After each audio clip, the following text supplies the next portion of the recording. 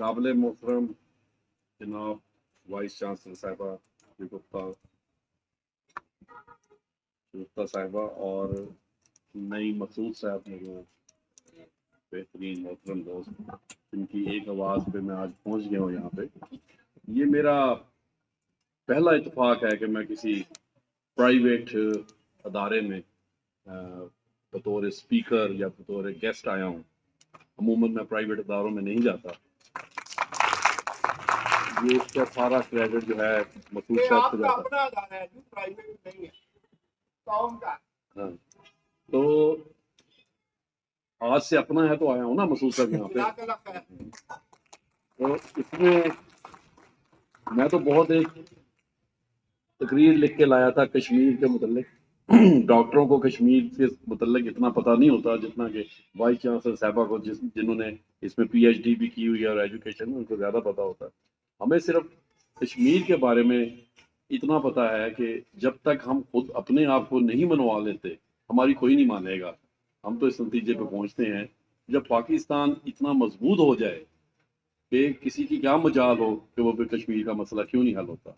अगर हम वीक होंगे तो कभी भी कश्मीर का मसला हल कभी भी नहीं होगा। आप यहाँ से बैठकर हम तकरीरें कर सकते हैं, मीडिया वार कर सकते हैं, UNO को कह सकते हैं, लेकिन UNO को जब पता हो कि एक कंट्री हमारी अभी उस लेवल पे नहीं पहुंची जहाँ पर हमारी यूनिटी सॉलिडेरिटी तो हमारी पहले अपनी होनी चाहिए। मेरा तो ये पर्सनल ये ओपिनियन है कि हमारी अपनी सॉलिडेरिटी होगी तो हम किसी और जगह पे फिर हम बहुत आसानी से जो है अपना जो मौक़िफ़ है वो हम मनवा सकते हैं। एक अक़वाम मुत्तहिदा क्या चीज़ है। तो इंशाअल्लाह ताला कश्मीर बड़ी जल्द आज़ाद होगा। मैं कुछ कश्मीर से हट के, क्योंकि कश्मीर के मतलब हमने बहुत ज़्यादा सुन लिया, मैं कुछ कश्मीर से हट के आपके शोबे के मतलब बात करना चाहता हूँ यहाँ। और जहाँ तक रह गया गवर्नमेंट ऑफ पाकिस्तान का जो लिंक है कश्मीर के मतलब, आपकी नॉलेज में शायद ना हो, हमारी government of Pakistan Kashmiri students जो हैं उनको बहुत ज़्यादा स्पॉन्सर करती है और तकरीबन 150 के करीब मेडिकल, सिर्फ पंजाब की बात कर रहा हूँ, पंजाब के मेडिकल कॉलेजेस में तकरीबन मोर देन 150 कश्मीरी स्टूडेंट्स जो हैं, जो ऑक्यूपाइड इंडियन कश्मीर के, उनको यहाँ पर दाखिला दिया जाता है। यहाँ पर इस वक्त हमारे नुसरत मेडिकल यूनिवर्सिटी में 16 तालिब इल्म, जिसके अंदर मैक्सिमम तादाद तालबात की है जो कि 11 हैं और बाकी स्टूडेंट मेल बॉयज़ हैं। तो वो MBBS यहाँ कर रहे हैं और बड़े नुमाया नंबरों से करते हैं। उनको सारी sponsorship government of Pakistan scholarship से देती है। लेकिन उनके साथ एक मसला ये होता है कि वो जब आते हैं तो उसके बाद तकरीबन बाज़ औक़ात तो 4-4 साल वापस नहीं जा सकते अपने घर, चाहे उनके पेरेंट्स का इंतकाल भी क्यों ना हो जाए, क्योंकि उनके रेस्ट्रिक्शंस बड़ी हैं उनके। जब वापस जाते हैं तो उनको यहाँ का जासूस समझा जाता है और उन पर भी सख्तियाँ होती हैं। लेकिन मैं इस पर ज़रूर कहूँगा कि वो लोग, अगर मुझे अंदाज़ा होता तो मैं कुछ स्टूडेंट्स को साथ ले आता, वो अपने साथ साथ आपको बताते हैं यहाँ आकर। आप बच्चों के लिए मुझे जो मेन इस वक्त चीज़ मैंने वो करनी आपकी है कैरियर ओरिएंटेशन की, कि आप लोग यहाँ इस अदारे में, जो मुझे पता चला कि आप फिजियोथेरेपी की आप क्लासेस लेते हैं, यहाँ पर आप फार्मा की कर रहे हैं, यहाँ पर आप इमेज टेक्नोलॉजी गालबन वो भी हो रही है, इमेज टेक्नोलॉजी हो रही है। तो इन सब का लिंक हमारे फ्यूचर्स के साथ है पाकिस्तान के। आप में से मुझे नहीं पता कितने स्टूडेंट्स हैं जो उन्होंने अपना ये कैरियर अपने शौक से लिया, जो कितने स्टूडेंट्स हैं जो मजबूरी में आए। तो दोनों बातें हमारे यहाँ पर साथ साथ चलती हैं कि एक FSC का एग्ज़ाम हुआ, मुझे बड़ी देख के खुशी हुई आपके पोस्टर्स पे, तो वहाँ लिखा हुआ है कि 60% से बिलो जो है वो एडमिशन नहीं ले सकते। ये बड़ी अच्छी बात है। ये इस अदारे की एक मैं समझता हूँ कि इसकी एक अपनी पहचान है कि ये इतने ज़्यादा मेरिट वो फॉलो कर रहा है।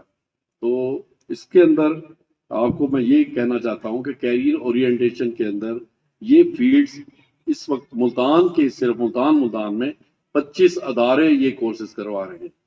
और आप यकीन करें कि उसमें कुछ ऐसे अदारे भी हैं जिनके पास जस्ट एक छोटा सा घर लेकर भी उन्होंने ये कोर्सेज शुरू करवाए हैं और अनफॉर्चुनेटली उनकी एक्रीडेशन भी वो करवा लेते हैं किसी न किसी जरिए से।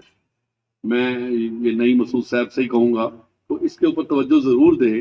ایک ادارے کا پورا ڈیکورم ہونا چاہیے, اس کی SOPs ہوں, اس کا کرائٹیریا ہو جس کو میٹ کرنے کے بعد ہی اس کو اجازت ملنی چاہیے کہ وہ اس طرح کے پروگرام شروع کرے. میں جب اس ادارے میں داخل ہوا آج صبح تو مجھے بے انتہا خوشی ہوئی, اور اندر جو میں نے کلاس رومز وغیرہ دیکھے تو الحمدللہ یہ اپنے کرائٹیریا پہ پورا اتر رہا ہے. کیا باقی 24 ادارے, کیا ملتان کے باقی 24 ادارے بھی اس پہ پورے اترتے ہیں؟ یہ میرا ان سے کوشچن ہے, اور یہ خود بھی جانتے ہیں کہ کتنے یہاں پر ایسے ادارے چل رہے ہیں. دوسری بات یہ ہے کہ اس وقت جس چیز کی ضرورت ہے آپ کے کیریئرز کے اندر وہ یہ ہے کہ اتنے اداروں سے اتنے لوگ فارغ ہو کے پاس ہو رہے ہیں, جو DPT ہے, ڈاکٹریٹ ہے, اور فارمیسی ہے, اور امیج ٹیکنالوجسٹ ہے, وہ کہاں پہ جائیں گے؟ کوشچن یہ ہے کہ وہ پاس ہونے کے بعد کہاں جائیں گے.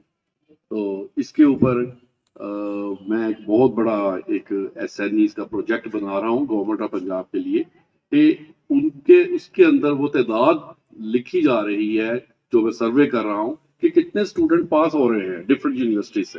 آپ کے جتنے ادارے ہیں ویریس یونیورسٹی سے اٹیچ ہیں, کتنے یونیورسٹی سے وہ لوگ پاس ہو رہے ہیں, اور کتنے وہ لوگ جو ہے نا آگے ان کی جابز کریٹ ہوتی ہیں.